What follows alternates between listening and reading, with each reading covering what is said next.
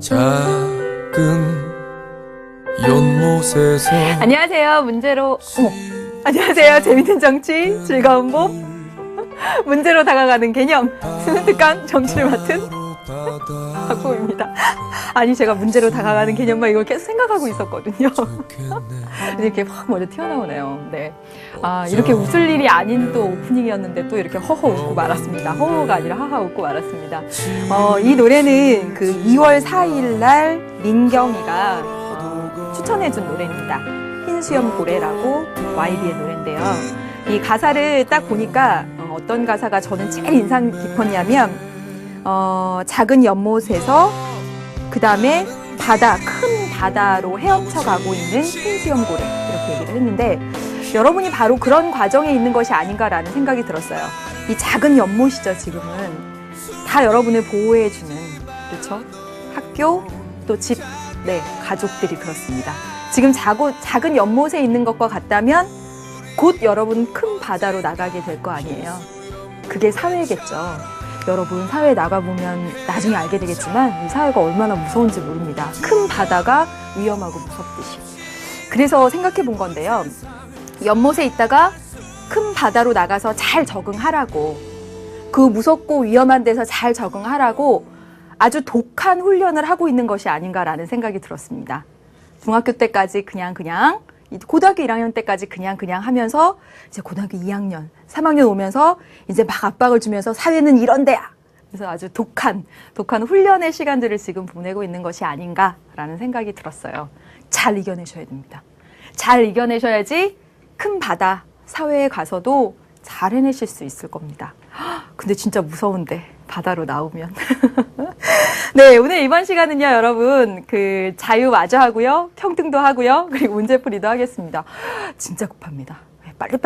빨리빨리 하면 안 되는데요. 딱 막상 하다 보면 이게 좀 더 이렇게 천천히 자세히 해주고 싶은 마음이 계속 들어가지고 이렇게 밀리네요. 딱 그 시간 안에 자유평등 딱 이렇게 하고 그러면 좋은데. 네, 여러분 그 선생님이 나눠드린 문제로 다가가는 개념 그 두 번째 장의 자유 두 번째부터 마저 보도록 하겠습니다. 네. 보세요, 여러분. 국가로부터의 자유는 국가에 의한 자유에 비해서 자유의 절대성을 강조한다. 지난 시간에 한 내용이네요. 네, 복습 잠깐 보고요. 신자유주의 이념, 여러분 역시 또 신자유주의 이념 나왔습니다. 신자유주의라고 하는 것은 국가로부터의 자유와 맥이 닿아 있다. 라고 말씀을 드렸죠. 지난 시간 복습한다라고 생각하시고 국가로부터의 자유, 자유의 절대성 기억을 해둡시다. 이제 넘어가 보도록 하겠습니다. 보세요. 이제 더 이어서 국가의 사의적인 권력 행사를 막기 위한, 국가의 그런 권력 행사를 막기 위한 제도적 장치가 마련되기 시작한 것은 국가로부터의 자유보다는 국가에 의한 자유가 강조되면서부터다. 국가에 의한 자의적인 권력 행사, 국가에 의한 간섭, 강제, 구속 이런 것을 막기 위한 제도적 장치가 강조된 시기는 언제였을까요, 여러분? 국가로부터의 자유가 강조된 그 시기겠죠. 틀린 내용이 됩니다. 그죠? 그 다음, 국가로부터의 자유와 달리 국가에 의한 자유는 천부적인 것으로 인식된다. 여러분, 천부적인 것, 하늘이 부여한 것, 태어날 때부터 가지고 있는 바로 그것의 성격을 가진 건 바로 국가로부터의 자유입니다. 왜냐면 여러분, 국가로부터의 자유는 나중에 자유권으로, 국가에 의한 자유는 사회권을 통해서 보장이 되게 되는데, 여러분 사회권이라고 하는 것은 국가에 의해서 보장되는, 국가가 있기 때문에 존재하는 그런 권리입니다. 따라서 국가에 의한 자유는 천부적이다라고 하는 내용은 틀렸죠. 네? 국가가 만들어주고 국가가 보장해주는 거예요. 하늘이 준 것이 아니라. 오히려 하늘이 부여한 자연권적인, 우리가 원래부터 가지고 있었던 건 자유권, 국가로부터의 자유라고 할 수가 있죠. 혹시 틀린 내용이 됩니다. 다음, 됩니다. 지금 이거 최효종이 됩니다. 이거 아니에요? 국가로부터의 자유는 업적과 능력의 차이에 따른 합리적 차별에 기초한다. 여러분 이제부터 하게 될 평등하고도 맥이 닿아 있는데요. 국가로부터의 자유는 업적과 능력에 따른 합리적 차별에 기초한다. 국가로부터의 자유는 업적과 능력에 따라서 그래. 달리면 달리 대우하는 것. 이거와 다 있는 거 맞는 얘기가 됩니다. 국가의 간섭 배제, 능력과 자기의 능력과 업적에 따라서 그만큼 지위를 갖게 되면 그만큼 가는 거. 국가의 간섭 배제. 연결해서 이렇게 맞는 내용으로 진술됐습니다. 다음 볼게요. 여러분 보세요. 지금 세 개의 선지들이 나와 있는데, 자 보시면 여기 자아실현. 자아실현을 목적으로 한다. 자아실현을 목적으로 한다. 자아실현을 목적으로 한다 라고 나와 있습니다. 여러분, 자아, 나의 어떤 목적, 실현, 이런 것과 관련 있는 자유는 소극적 자유일까요? 적극적 자유일까요? 소극적 자유라고 하는 건 간섭 배제예요. 나 간섭하지 마, 나 구속하지 마예요. 그런데 적극적 자유라고 하는 것은 거기서 한 발 더 나가는 거죠. 내가 하고 싶은 일, 나의 자아를 실현하는 것과 관련이 있습니다. 그래서 여러분 지금 니은은, 나는 했을 때 여기 들어가는 모든 말은 바로 적극적 자유입니다. 그래서 여러분 자아 실현이라는 용어가 나오면 적극적 자유로 연결시켜서 보시는 겁니다. 여러분 적극적 자유에는 국가에 의한 자유도 있고 국가애로의 자유도 있죠. 그래서 지금 보시면 적극적 자유는 최대한의 자아 실현을 목적으로 한다. 그렇죠. 이는 개인들이 소극적으로 있으면 달성되는 것이 아니라 공동체나 국가 운영에 참여해야 가능한 것이다. 국가애로의 자유를 바로 적극적 자유라고 본 것이죠. 또 보세요. 이 적극적 자유는 개인의 자아 실현과 복지에 장애가 되는 사회 구조를 개선하기 위해 국가의 개입을 요구할 수 있는 것을 말한다. 국가에 의한 자유도 포함시키고 있죠. 다시 말하면 자아 실현 이렇게 나오면 큰 테두리 안에 적극적 자유다라고 기억을 하시면 되겠습니다. 네. 다음 볼까요? 다음에 보세요. 국가에 의한 자유는 여러분 사회권의 형태로, 즉 국가에 의해서 사회적 약자 배려 강조하죠. 모든 사람의 인간다운 생활 이런 거 강조합니다. 따라서 국가에 의한 자유라고 하는 것은 모든 구성원들에게 똑같은 결과를 가져다 주는 것을 말한다. 라고 말하면 틀린 거죠. 여러분, 국가에 의한 자유가 결과의 평등을 보장한다. 라고 말하면 틀린 내용이 됩니다. 사회적 약자를 배려하고 모든 사람들이 인간다운 생활을 누릴 수 있게 하는 것이지, 그것이 모든 사람이 똑같은 수준의 어떤 경제적인 생활 이런 것들을 의미하는 것은 아니다라는 얘기예요. 그래서 틀린 내용이 됩니다. 다음, 다시 앞으로요. 국가애로의 자유는 바이마르 공화국 헌법에서 최초로 기본권으로 명시되었다.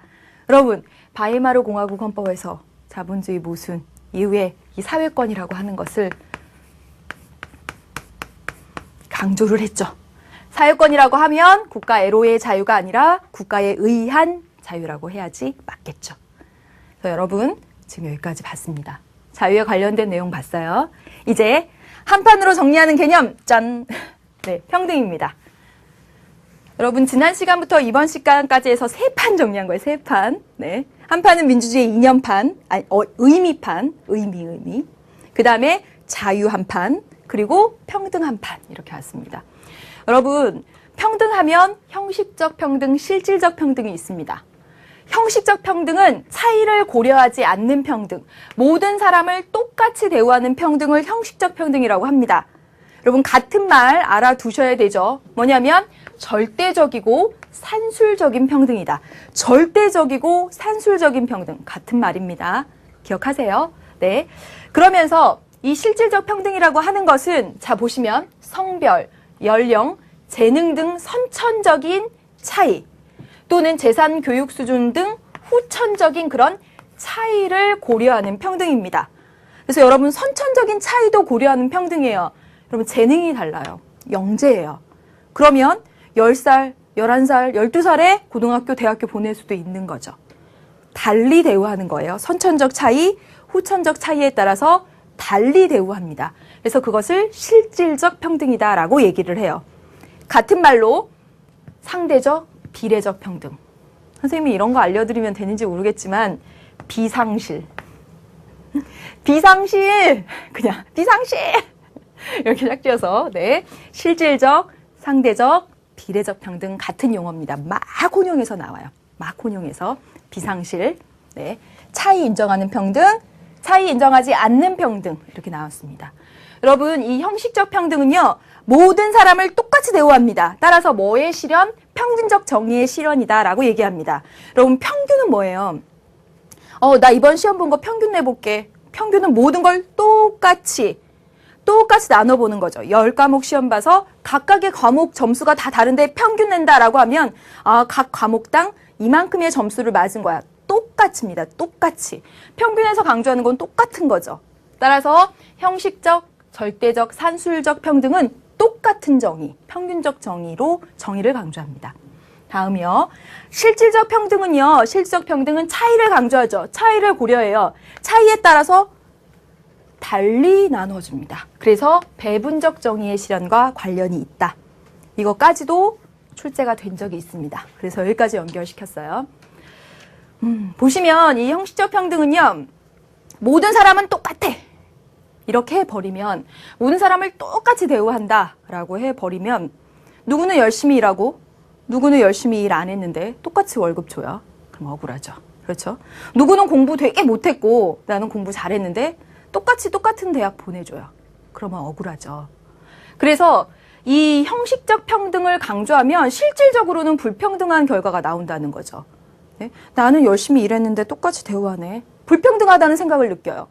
나는 열심히 공부했는데 똑같은 대학 보내네. 불평등하다는 생각을 느껴요. 그래서 형식적 평등의 문제점은 실질적으로는 불평등하다라는 문제가 발생한다라는 거죠. 그래서 이 형식적 평등은요. 자 보세요. 부자건 가난하건 똑같이 세금을 걷어가요. 똑같으니까. 똑같이 세금을 걷어가면 가난한 사람도 쟤랑 나 똑같이 걷어가네. 실질적으로는 불평등하다고 느끼다고요.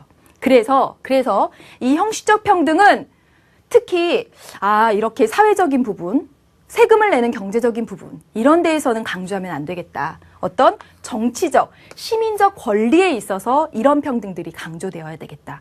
누구나 똑같이 한 표, 누구나 억울한 일이 있으면 재판을 받을 수 있다든가 하는 식으로 이런 데서 강조해야 되겠다.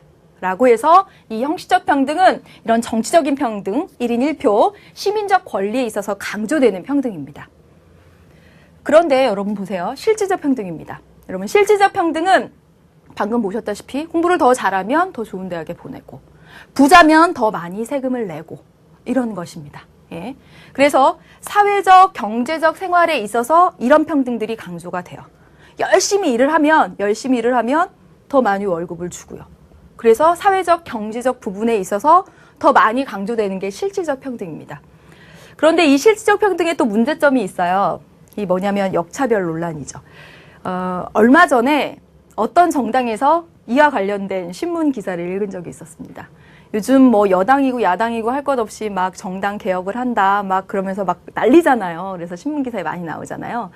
그 한 가지 내용 가운데 뭐였냐면 우리나라 인구의 정말 절반이 여잔데 여자 국회의원은 별로 없다는 거죠. 실제로는. 그래서 그 정당이 어떻게 했냐면 전국에 이제 공천을 주는데 즉 국회의원 선거에 후보자를 내는데 공천을 주는데 이 15%는 여자로 하겠다. 여자에게 공천을 주겠다라고 했습니다. 15% 정도면요. 약 30석 정도가 된대요. 네.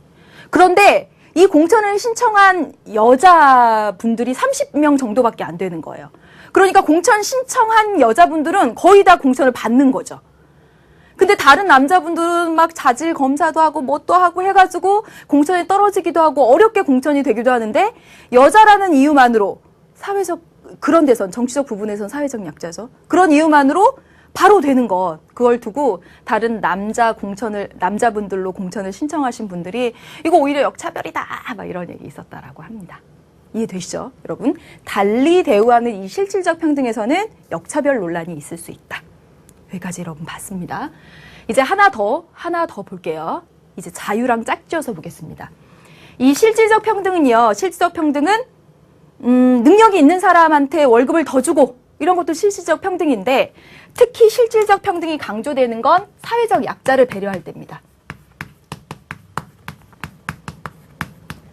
사회적 약자를 배려할 때 이 실질적 평등이 강조됩니다. 그럼 여러분, 사회적 약자를 배려하는 자유는 어떤 자유입니까? 사회적 약자를 배려하는 자유. 국가에 의한 자유죠. 국가에 의한 자유, 사회권. 이것이 바로 사회적 약자를 배려하죠. 그래서 여러분 실질적 평등, 국가에 의한 자유 서로 다 있다. 맥이 다 있다. 이렇게 생각을 해주시면 좋겠습니다. 그렇다면 여러분 형식적 평등은요. 이거 하나 알아두십시오. 형식적 평등은요. 특히 강조하는 게 뭐냐면 기회균등입니다. 모든 사람은 동등하니까 똑같이 기회를 준다면 그것으로 평등한 거다. 그리고 그 결과에 따라서 뭐 이루지 못하면 그건 어쩔 수 없는 거지. 이렇게 보는 거죠. 형식적 평등에서는 기회균등을 강조하고요. 기회를 균등하게 줬으면 그에 따라서 어떤 결과가 나타나도 국가가 개입해서는 안 된다라고 생각해요. 그래서 국가로부터의 자유와 맥이 닿아 있습니다. 네, 이렇게. 여러분, 여기까지 봤습니다, 여러분. 자, 보세요. 평등은 이 이상 없습니다. 여러분 문제를 선생님이 쫙 다 모아놨잖아요. 정치의 지도에다 평등은 평등끼리, 자유는 자유끼리 이렇게 모아놨잖아요. 사례 통해서 꾸준히 그 정도의, 여러분 정치의 지도에 나오는 그 기출문제 정도의 사례만 꾸준히 보시면 됩니다. 더 이상 막 파고들어서 어렵게는 절대로 안 나옵니다. 평등은. 다만 여러분 형식적 평등, 절대 산술적 평등, 평균적 정의 실현. 그러나 실질적 불평등을 야기할 수도 있다. 그래서 정치적 시민적 권리에 있어서 그런 평등을 이야기할 때 보통 형식적 평등을 이야기한다. 실질적 평등은 차이를 고려하는 평등이고 이러한 용어입니다. 그리고 역차별 논란이 생길 수가 있다. 실질적 평등은 사회적 약자를 배려한다는 점에서 국가에 의한 자유와 형식적 평등은 기회균등을 강조하고 국가로부터의 자유와 맥이 다 있다. 여기까지입니다. 여기까지 한 판으로 정리하는 개념이었습니다. 이제 문제로 다가가는 개념 보겠습니다. 네, 보세요. 형식적 평등은 법 앞의 평등을 통해 여러분 보세요. 기회를 균등하게 부여하는 것. 여러분 형식적 평등에서 기회 균등 강조했다는 것 확인할 수 있습니다. 맞고요. 또 보세요. 형식적 평등은 기회 균등 강조한다. 맞는 얘기예요. 그렇죠. 형식적 평등을 강조하는 입장에서는 개인에게 균등한 기회가 부여된다면 국가 정의가 실현되는 것으로 본다. 기회균등, 기회균등, 기회균등, 형식적 평등에서 강조했다라는 것 확인할 수가 있습니다.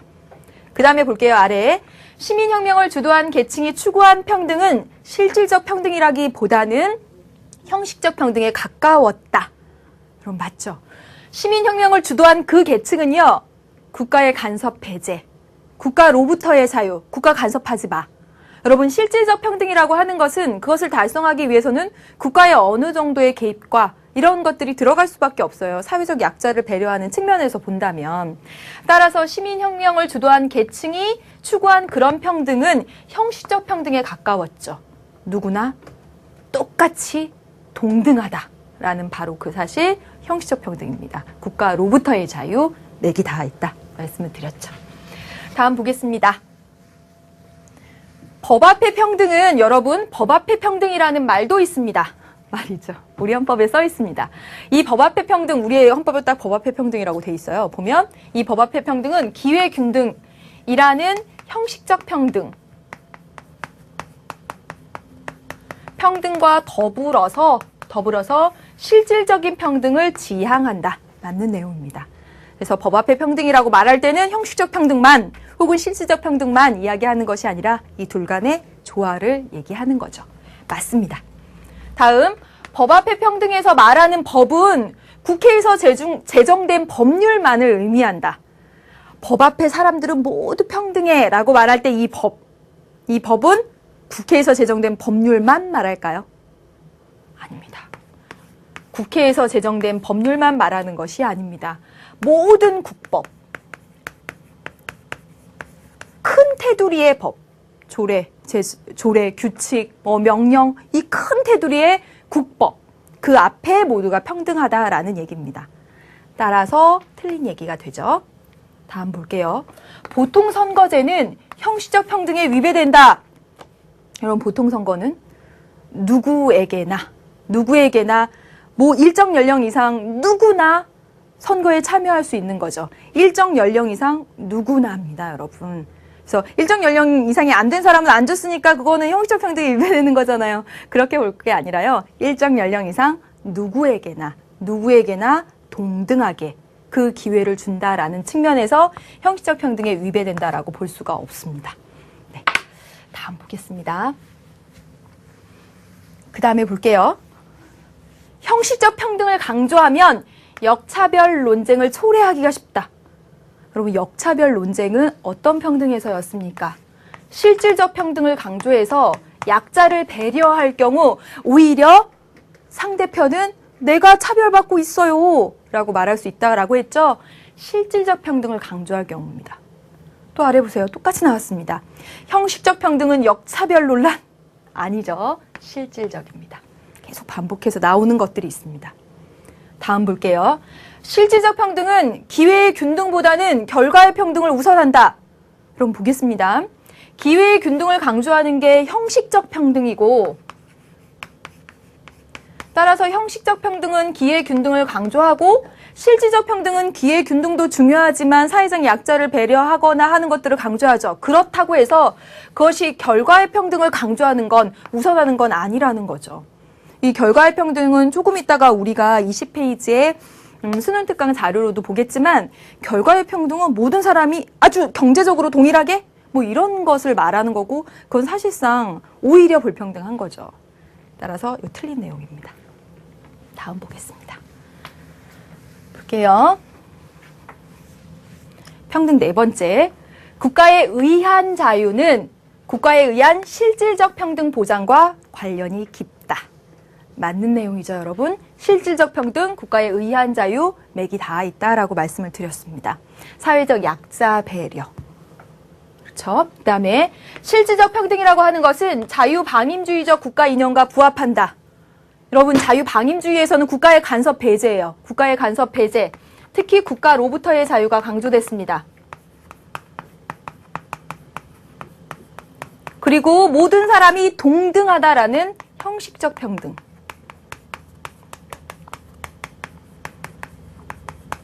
시민계급에 의해서 강조된 것은 국가로부터의 자유, 형식적 평등, 자유방임주의 국가가는 바로 이 얘기입니다.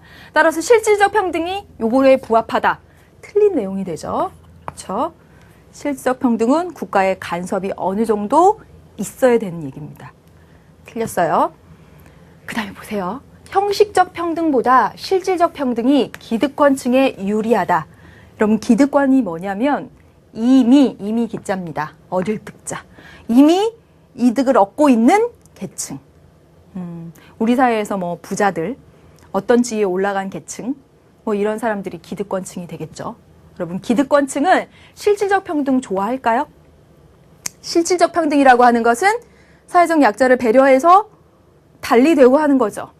물론 능력이 좋은 사람에게 달리 대우하는 것도 실질적 평등이지만 사회적 약자를 배려해서 그들에게 세금을 조금 걷고 우리 기득권층은 많이 걷고 좋아하지 않겠죠. 그렇죠? 틀렸습니다. 다음 볼게요. 실질적 평등을 강조하는 입장은, 여러분 잘 보세요. 실질적 평등을 강조하는 입장은 자산의 차이가 분배의 몫에 영향을 미치는 것을 최소화해야 된다라고 본다. 여러분, 어려운 말입니다. 볼게요. 자산의 차이가 자기가 원래부터 가지고 있었던 것. 예를 들어서 해보겠습니다. 예를 들어서 내가 원래부터 가지고 있었던 돈, 땅, 물론 이것뿐만 아니라 다른 자산도 있겠지만 이게 원래 많아서 이게 많은 사람은 더 많이 가져가는 것. 어떤 노력이나 막 이런 차원이 아니잖아요. 원래 돈이 많아서, 원래 땅이 많아서 더 많이 챙겨가는 것. 이렇게 되면 빈부격차 더 심화시키겠죠. 그렇죠? 그래서 실질적 평등을 강조하는 사람은 원래 많이 가지고 있었던 사람, 그 많이 가지고 있었던 게 분배에 영향을 미치는 것은 좋지 않다라고 보는 거죠. 그래서 최소화해야 된다라고 본다. 맞는 얘기입니다. 원래 가지고 있었던 것이 나눠주는 데 영향을 미치면 원래 많이 가졌던 사람은 항상 많이 가지니까 그러면 점점 차이가 커지게 될 것이다. 라고 보죠. 그래서 반대. 네. 그래서 맞는 얘기 여기는. 그 다음에 볼게요. 실질적 평등은 평균적 정의보다는 배분적 정의의 개념을 중시한다. 맞죠? 네, 이거 더 이상 설명이 필요 없습니다. 네, 여기까지 봤습니다. 마지막 하나 더 볼게요. 평등 5라고 돼 있는데 사실은 자유가 나옵니다. 자유랑 평등이 한꺼번에 있는 그런 문제라서 평등이라고 달았고 이렇게 마지막으로 배치를 했습니다. 그럼 보세요. 자유라는 게 뭐냐라고 했더니 어떤 사람이 X가 Y로부터 자유롭게 Z를 행할 수 있는 것, 이것이 바로 자유다라고 했대요. Y는 자유를 막는 요인이고요. Z는 어떤 목표나 결과를 의미한답니다. 이게 말이 어려우니까 한번 바꿔서 써볼까요, 여러분? 나는 Y는 막는 요인이라잖아요. 국가 간섭으로부터 자유롭게 경제 활동을 할 수 있다. 나는 또 써볼까요? 나는 국가의 검열로부터 자유롭게 예술 활동을 할 수 있다.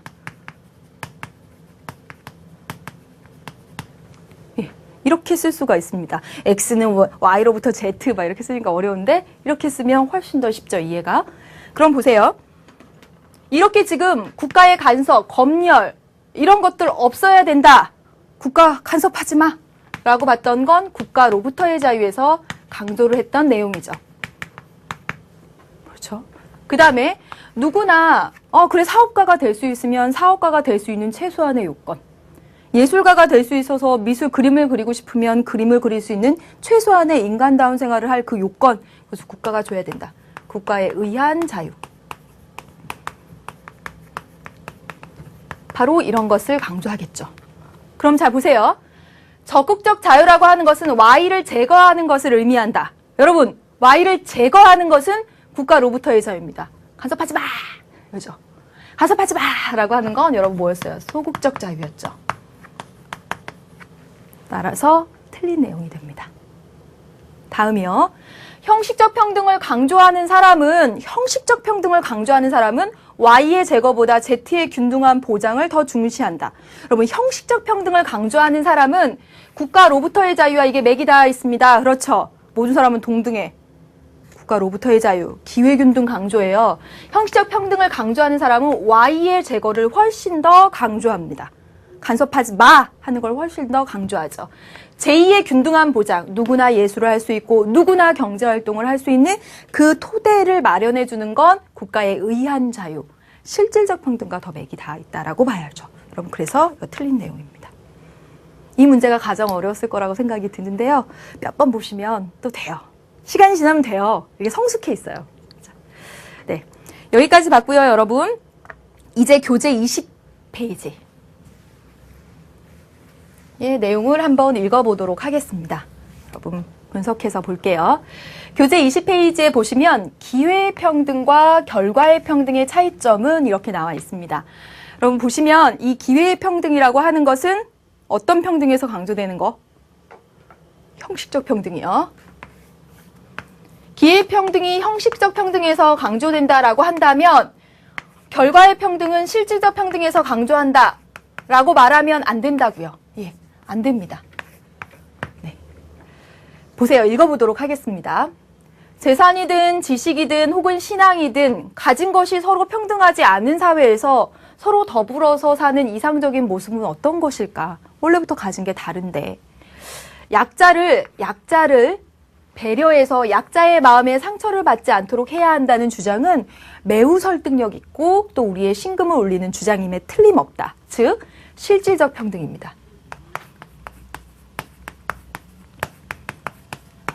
사회적 약자 배려, 다름을 인정하는 것, 차이를 인정하는 것, 이것은 아주 타당한 주장이다. 그러나 이를 맹목적으로 따르며 자칫 우리 사회의 성장과 발전을 막을 수 있다. 즉, 이 실질적 평등, 다름을 인정하는 이것이 결과의 평등 실현해야 된다. 여기까지 가면 오히려 우리 사회의 발전을 막을 수 있다라는 주장입니다. 더 가볼게요. 이러한 주장을 따라가다 보면 결국 약자와 강자가 더불어 행복하게 살기 위해서는 서로 평등한 모습을 가져야 한다는 것인데 이러한 주장은 기회의 평등을 넘어서 결과의 평등까지 원하는 것이다. 이것은 사회 발전을 막을 수 있다라는 얘기네요. 왜냐하면 나는 사람들이 더불어 살기 위해서는 복지는 궁핍한 사람들에게, 명예는 그만한 자격이 있는 사람들에게, 정치적 힘은 도덕성을 가진 사람들에게, 직책은 적임자들에게, 사치품은 그에 대한 대가를 지불할 능력과 의향이 있는 사람들에게, 신의 은총은 독실한 신자들에게 주어져야 한다. 이 말 되게 멋있네요. 네, 한다는 하버드대 마이크 샌델 교수의 주장에 귀를 기울일 필요가 있다. 이거 진짜 멋있네요. 특히 정치적 힘은 도덕성을 가진 사람들에게. 네, 멋있네요. 보세요. 여기서 강조하고자 하는 얘기는 뭐냐면 이 기회평등이라는 게 형식적 평등에서 강조가 되는데 기회평등만 강조하다, 기회균등만 강조하다 보면 결과적으로 사회적 약자 배려가 좀 약해지지 않겠느냐. 그래서 사회적 약자를 배려하는 실질적 평등을 강조하게 되는데 실질적 평등을 강조한다고 해도 그것이 결과적 평등을 의미하는 것은 아니다. 라는 얘기가 됩니다. 결과적 평등? 모든 사람들 똑같이 다루된 듯 똑같이 주면 그게 평등할까요? 그럼 오히려 불평등하다고 느낄 수도 있겠죠. 따라서 이 실질적 평등이 결과적 평등과 매치시켜 버리는 것은 틀리다라는 겁니다. 여기 말 진짜 멋있네요. 네. 이제 여기까지 봤고요, 여러분. 이제 문제를 풀어보도록 하겠습니다. 여러분 교재로 쫙 가서 22쪽입니다. 22쪽부터 해서 열심히 풀어나가도록 하겠습니다. 수능 기본 문제 1번 볼게요. 자료의 밑줄친 부분에 들어갈 내용으로 옳은 것은 민주주의가 무엇인지 가르쳐주세요. 그랬더니 민주주의를 여행용 가방에 비유하는 경우가 있습니다. 여행용 가방에는 어떤 물건이라도 넣을 수 있듯이 민주주의도 필요에 따라서 굉장히 다의적으로 쓰입니다. 여행용 가방에 정말 칫솔도 넣고 치약도 넣고 지갑도 넣고 책도 넣듯이, 그렇지? 그렇게 하듯이 이 민주주의라는 말도 굉장히 다의적이라서 북한도 민주주의라는 말 쓰고 우리도 민주주의라는 말 쓴다라는 거예요. 민주주의라는 말은 고대 그리스에서 사용됐던 데모크라티아에서 유래된 말로 민중의 지배를, 민중과 지배의 뜻을 합친 말입니다.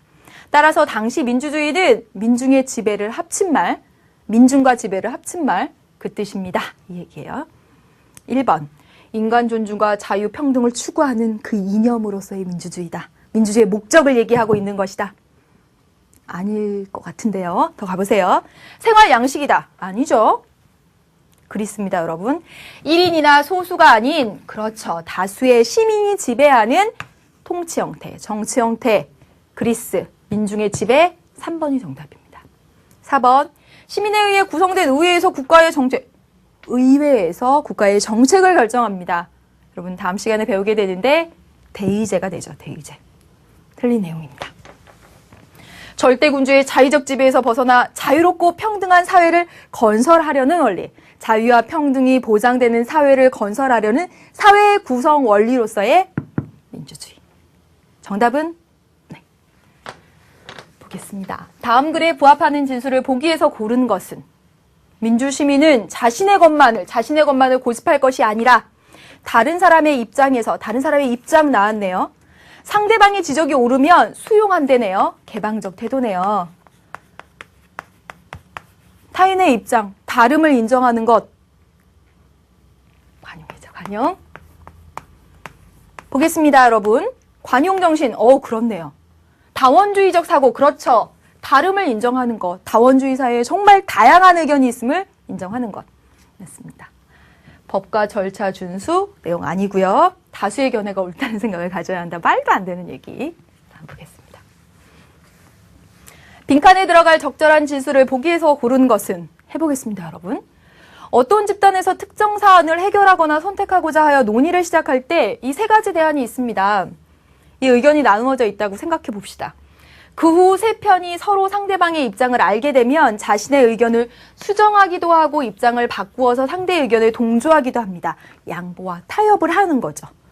그래서 보면 세 가지 비율이 이렇게 바뀔 수도 있습니다. 가장 적었던 여기가 과반수 이상이 될 수도 있어요. 그래서 이 의견이 될 수도 있습니다. 여기서는 이 의견이 가장 작았는데. 문제를 보겠습니다. 따라서 집단의 의사결정 과정에서는 기억, 대화, 토론 과정이 필요하죠.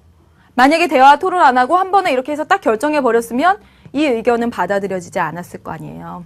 네. 그 다음에 다양한 의견의 제시를 요구해야 한다. 여러분 이거 맞다고 고른 학생 있습니까?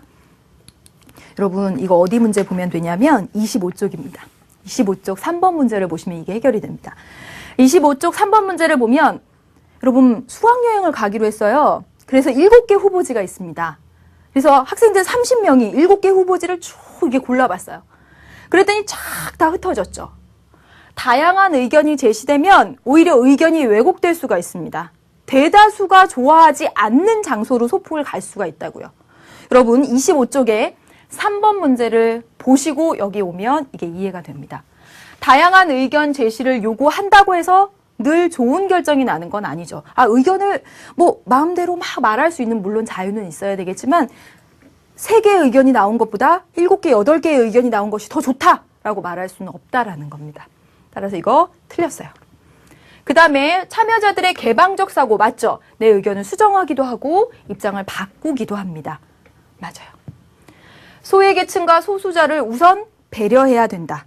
여러분, 여기서 소외계층과 소수자를 우선 배려해야 된다라는 게 나오나요? 네. 여기서는 지금 이렇게 결정됐던 사항들이 대화 토론 과정을 통해서 의견이 바뀌어가고 그래서 이렇게 비중이 달라지는 모습들을 보이고 있는 것이기 때문에 기억과 디귿을 고르시는 게 맞습니다. 다음 볼게요. 다음 사례에서 나타난 문제점을 개선하기 위한 적절한 견해를 봅시다. A군은 장애 특례로 대학에 입학했지만 불편한 것이 많대요. 강의를 듣는 대학 건물에는 장애인 화장실이 한 곳도 없고 하는 수 없이 소변통을 들고 다닌답니다. 사회적 약자를 배려해서 학교에 입학시켜줘 놓고 그 다음에 사후는 실질적인 정말 평등을 위한 그 다음에 사후 관리가 잘 안 되는 거죠. 그렇죠? 보겠습니다. 권력 남용 문제 나타났나요? 아니죠. 실질적 평등이 이루어져야 된다. 그렇죠. 이 약자를 배려하기 위한 더 많은 그런 노력들이 들어가야 되죠. 그럼 국가로부터의 자유? 국가가 간섭했습니까? 그랬어요? 억눌렀어요? 아니죠. 인간 존중의 이념을 충실하게 실현해야 되겠죠. 지금 소변통을 들고 다니는 그 자신은 얼마나 그 자신이 초라하고 그러겠어요. 그렇죠? 네, 이거 맞는 얘기입니다. 다음 보겠습니다. 다음 대화에서 갑을병의 견해에 대한 옳은 설명만을 보기에서 있는 대로 골라보자 라고 했습니다. 진정한 자유는 무엇입니까? 그랬더니 갑이 정치 권력의 자의적인 통치나 억압으로부터 벗어나는 것. 여러분, 국가로부터의 자유입니다. 그것만은 충분치 않고요. 권력의 구성이나 정책 결정 과정에 참여할 수 있어야죠. 국가에로 들어가겠습니다. 에로의 자유입니다. 네. 국가로부터 어떤 간섭도 받지 않고 자유롭게 살도록 보장받는다고 해도 돈 없는 사람에게 그러한 자유가 무슨 소용이 있겠습니까? 경제적 약자에 대한 분배 정의가 실현되어야 합니다. 누가? 국가에 의한. 네, 보겠습니다. 그럼 볼게요. 기억, 갑은 소극적인 자유. 여러분 이게 소극적인 자유고요. 이 두 가지가 적극적인 자유에 해당이 되죠. 네, 맞습니다. 을은 대의제를 가장 이상적으로 보고 있습니다. 네, 참정권의 보장, 정치에 참여할 수 있는 권리 보장을 이야기하는 것이지 대의제를 이야기하는 것은 아닙니다. 틀렸네요. 병은 국가에 의한 사회보장이 필요하다고 생각합니다. 국가에 의한 맞죠. 리을 역사적으로 자유의 개념은 갑을 병의 순으로 나타났습니다. 그래서 여기서 이 자유를 가장 오래된 자유, 역사적 자유, 가장 현대적 자유, 권리라고 이야기를 합니다. 이 순서 맞아요. 그래서 여러분 정답은 기억 디귿 리을 하는 4번 그러시면 되겠습니다. 밑줄친 기준에 해당하지 않는 것은 볼까요, 여러분? 서로 많은 체제들이 저마다 민주정치를 하고 있다고 합니다. 북한도 그렇게 얘기해요. 도대체 뭐가 민주정치입니까? 그랬더니 어떤 정치체제는 민주정치가 내포하는 요소 중 한 요소만을 형식적으로 갖추고 자신의 체제를 민주정치 체제라고 주장하기도 합니다. 사실은 독재면서 선거라는 절차를 거쳐서 하기 때문에 우린 민주주의야 이렇게 하기도 하는 나라들도 있다는 거죠. 자, 그럼 그 진위를 판별해내는 몇 가지 기준을 세워봅시다. 진위를 판별해내는, 정말 민주주의인지 아닌지 그 진위를 판별해내는 기준을 찾아봅시다. 1번, 언론의 자유를 보장하고 있는가? 언론의 자유가 보장되어야지만 민주주의, 그렇지 않으면 언론을 탄압하면 비민주주의. 맞습니다. 국민들이 강한 일체감을 가지고 있는가? 강한 일체감을 가지면 민주주의, 강한 일체감을 가지지 않으면 비민주주의. 이렇게 얘기할 수 있을까요? 여러분 지금 우리나라 사회를 보세요. 국민이 하나로 다 강한 일체감을 가지고 있나요? 좀 분열된 느낌도 사실 들어요. 가진 자와 그렇지 못한 자, 노년층과 젊은 층, 뭐 지역과 서울, 뭐 이렇게 농촌과 도시, 남자와 여자 이런 갈등 양상 보이고 있습니다. 예, 강한 일체감을 가졌다라고 자신 있게 말 못하겠어요. 근데 우리나라 그런 비민주주의입니까? 아니다라는 거죠. 일체감을 가졌냐 갖지 못했냐에 따라서 민주주의인지 아닌지 판가름하는 건 틀린 기준이에요. 여러분 실제로 나치가 있었던 그 독일 사람들 얼마나 강한 일체감을 가졌습니까? 네. 적법 절차에 의해서 자유가 보장되고 있는가? 그렇죠. 보장되느냐 아니냐에 따라 모든 국민이 법 앞에 평등한가, 평등하지 않는가에 따라 또 보세요. 민주적 원칙에 따른 선거에 의해 정권이 교체되는가 아닌가에 따라 민주주의다, 아니다를 이야기할 수 있습니다. 따라서 정답은 2번입니다. 다음 보겠습니다. 다음 글에 나타난 필자의 견해에 부합하는 진술을 모두 고르시오. 보겠습니다, 여러분. 육상 경기를 할 때 여러분 이 문제는 많이 찾아보지 않을까 싶은데요. 참가 선수들이 동일한 출발선상에서 평등하게 서 있다가 신호가 울리면 동시에 달리기를 시작합니다. 그러나 시간이 흐를수록 점차 서열이 정해지는데 처음엔 동일한 출발선상에서 평등하게 서 있다가 이러한 불평등은 어쩔 수 없습니다. 라고 했어요. 보세요. 동일한 출발선상에서 기회를 균등하게 준다면 그 이후에 나타나는 불평등은 어쩔 수 없습니다. 우리가 자유시장 경제체제를 채택하고 있는 사회에서 이와 같은 원리 적용할 수밖에 없습니다. 나중에 졌는데 또 똑같이 보존해주면 열심히 달릴 이유 없잖아요. 이렇게 얘기하고 있습니다. 그럼 볼게요. 기업, 공익이 사익보다 우선적으로 추구되어야 한다. 공익, 사익 얘기하고 있나요? 개인의 이익 추구는 제한하고 국가의 전체 이익을 추구해야 된다. 이런 얘기 안 나와 있어요. 니은, 사회보장제도를 구비하려는 노력이 필요하다.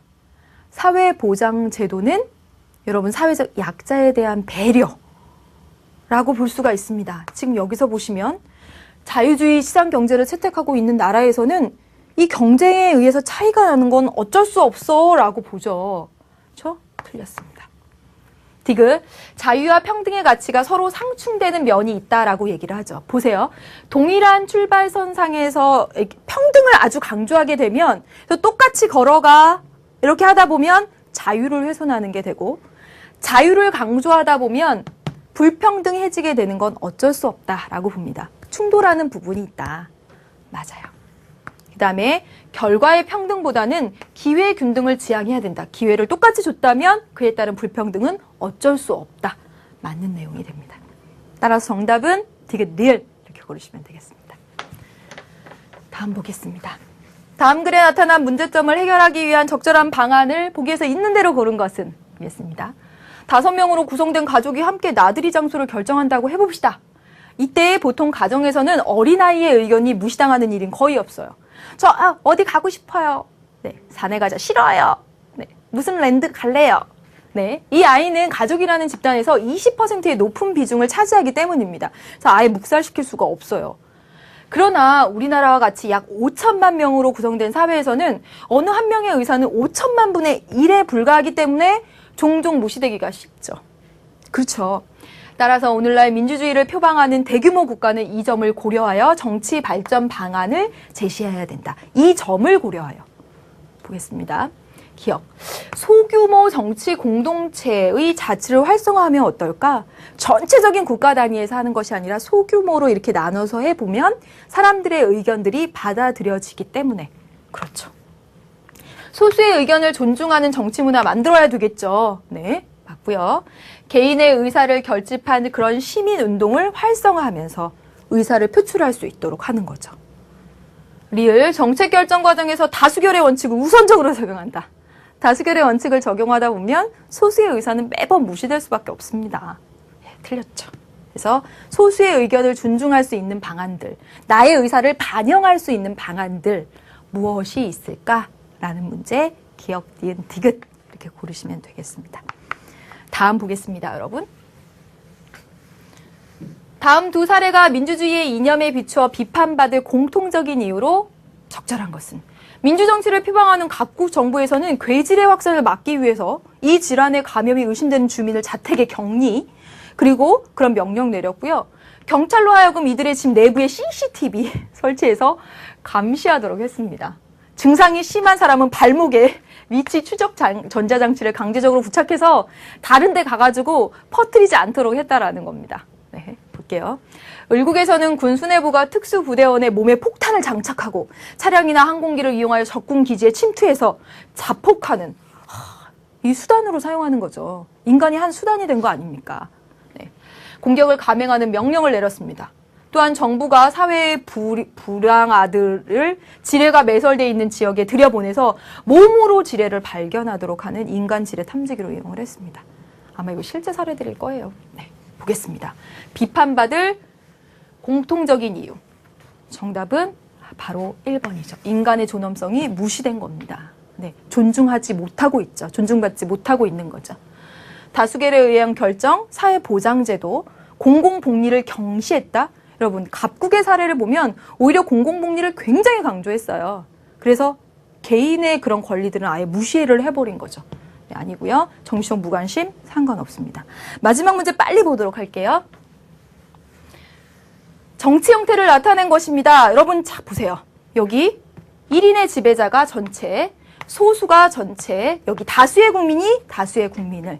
여러분, 다가 뭐죠? 민주정입니다. 보겠습니다. 근대 시민혁명은 다를 제도화하는 데 기여했죠. 시민혁명을 통해서 시민이 주인이 되었습니다. 맞습니다, 여러분. 가, 나와 달리 다는 치자와 피치자의 지배와 피지배의 동일성. 그렇죠. 맞고요. 일반적으로 가에서는 나, 다보다 의사결정이 신속하겠죠. 한 사람이 하니까. 맞습니다. 네, 맞아요. 역사적으로 보면 가, 나는 국민을 위한 정치를 표방하지 않았다. 여러분, 1인이 지배하는 정치, 우리 조선시대 세종대왕, 뭐 이런 분들, 예, 그런 분들의 그 정치는 지금 현재 우리가 선거를 통해서 이런 민주적인 다른 나라의 정치보다 못할 게 없잖아요. 사실은 그분들 얼마나 국민을 위한 정치, 한글도 만드시고, 그래서 오늘날 우리가 이런 걸 다 보면서 공부하게 되었잖아요. 따라서 가, 나는 국민을 위한 정치를 표방하지 않았다라고 하는 것은 틀렸습니다. 네, 여기까지입니다. 선생님 열심히 했는데 그래도 2문제 남았네요. 다음 시간에 하면 되죠 뭐. 다음 시간에 여러분 민주정치의 원리 공부하면서 하기 전에 이 문제 샥 보고 민주정치의 원리 또 공부해 보도록 하겠습니다. 숙제해 오세요. 안녕.